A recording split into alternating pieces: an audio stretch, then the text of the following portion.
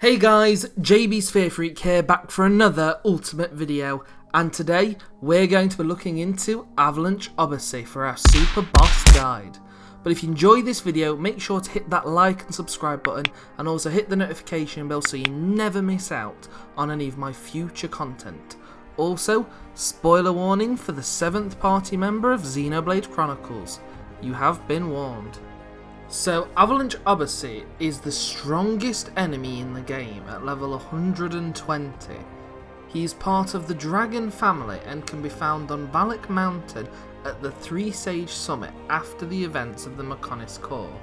So, starting with his stats, Avalanche Abaasy has the highest HP of any enemy in the game, with over 800,000 hit points, has over 2,000 attack, over 3,000 ether, and a physical defense of 40% and a ether defense of 60%.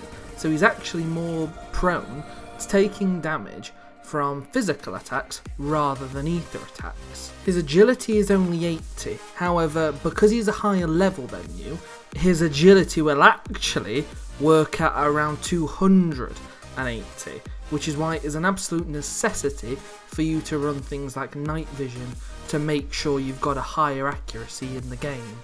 He possesses 4 arts, being Ultra Playbite, Ultra Tail Strike, Demon Purging Fire, and Ultra Air Crush 10. 3 of the 4 that I've just mentioned are physical, whilst Demon Purging Fire is the only ether attack he has, so you don't need to worry too much about the ether side of it. He also has 2 auras, which are both activated at either 70% or 30%. The first aura is his Crazed aura, giving him immunity to topple and granting him haste, whilst the 30% aura is Awakening, which brings his level to 122, which obviously increases all of his base stats at the same time. You'll need to be very careful as well though, as he has a 70% resistance to Aura Seal, meaning it can be quite difficult actually to remove those buffs on him. Finally, he also has a spike, which is a counter spike of 15 meters, which grants instant death, which will obviously cause. Make sure that you have debuff resist on, as debuff resist will protect you from all of the debuffs that he will be able to inflict on you, including his instant death spike. So the Blaze and Paralysis from Demon Purging Fire will all be removed from you the moment that they're inflicted by either of those arts or his counter spike. Speaking of which, there are some other gems which are must-haves to be able to beat the boss. Avalanche Abaasy only has half of the topple time, which is usually 3 seconds, so he's only ever going to be laying on the ground for 1.5 seconds. So one of the better gems to actually put on him is Topple Plus to re-put the time up to 3 seconds. So he's just on the ground for as long as possible. But remember, he can't be inflicted with daze, so don't put any daze pluses or daze gems on him because they will do absolutely nothing. Make sure you absolutely have agility up and night vision though, as his agility at 280 means that no party member can even get close to him. I think the highest you'll see is Dunban at around 220, which will just mean miss after miss after miss. So night vision is going to be your best friend, and agility is going to give you that little bit more leeway in terms of making sure that you can keep hitting him. Forget about spike defense gems, as he doesn't have a spike. Well, he does have a spike, but his only spike is the instant death spike, which doesn't do damage, so no spike defense gems. Just forget about them. And at the same time as what we've already talked about, don't use Divine Protect.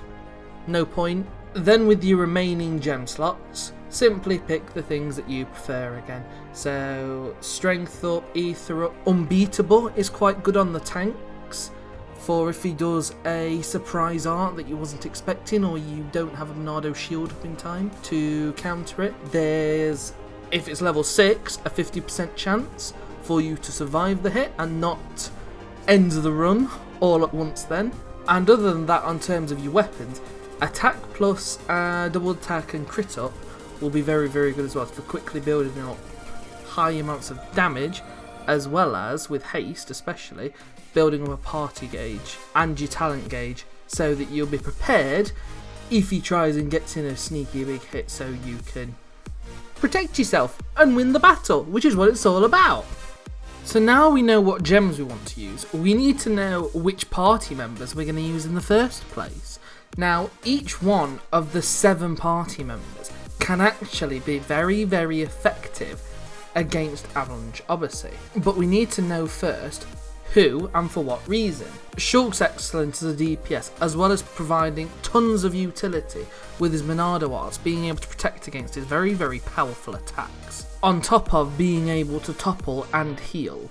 Rein is a very effective tank to be able to draw the aggro away whenever is necessary from any of the attacks that Avalanche Abaasy might chuck your way, as well as, again, providing lots of topple opportunities and very, very high physical damage. Sharla can be great for keeping your team sustained, as well as removing any debuffs if you're not running a debuff resist because you're a slightly lower level in the game, or haven't been able to obtain those gems yourself yet. So her sitting on the sidelines will actually be a huge benefit to the team, which he doesn't always do, unfortunately. Dunban's going to be excellent again, as he's another tank with high damage, which is mainly physical, but primarily is its agility. The fact that he's very, very rarely not going to be able to hit Avalanche Abaasy, and is going to be one of the most reliable damage dealers all at the same time. If you prefer running Aether builds, Melee is going to be your girl, being able to buff your other teammates, whilst simultaneously dealing high damage via Aether attacks, and depending what your choice of summon elementals are, maybe even get some damage over time buffs, which are typically lacking in a normal traditional physical topper lock party. Ricky is going to be a bit of a mix for you, providing pretty much anything you want him to do. Lots of HP so he can tank very well. He's also got You Can Do It to keep your team sustained again, and some topper arts and some physical art, and again some Aether art. So pretty much Ricky can fit into whatever team you want to use. And then there's everyone's favourite girl, beside Melia, Fiora, who, very much like Ricky, can do almost anything. Tanking, damage, utility, toppling, everything's there. So take your pick. I recommend, however, and what I found the most success with, is playing as Shulk and being in control of him, in control of all of the Monado arts and that sort of sustain. Dunban to be my sub-tank and just provide me with loads of damage and the reliability with his accuracy. And Fiora, because Fiora can act as a sort of sub-tank in terms of the way that I have her built, in the fact with a high crit rate, and she'll heal whenever she gets a critical hit, whilst not taking much damage in the first place because the Mechon armor is so defensive. Which means she's not great against burst damage, but for the most part, you're not really going to experience too much of that anyway.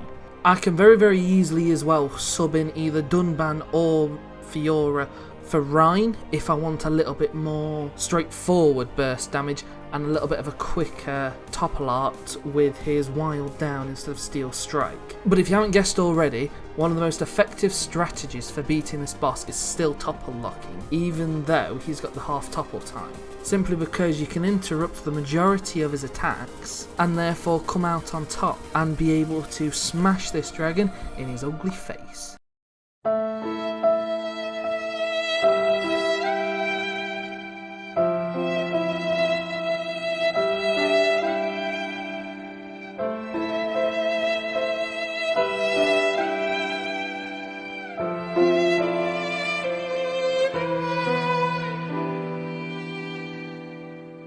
So then the strategy is really, really simple. Literally, Monado armor any attack that he provides you, unless it's his talent art, where obviously Monado shield at that point. Build up the party gauge, chain attack, topple, rinse and repeat.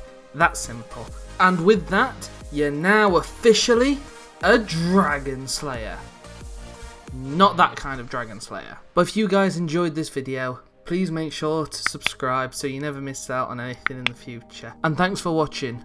I'm edging my way to that 100 subs, and soon we'll be bigger and better than ever. Have a good day now, guys.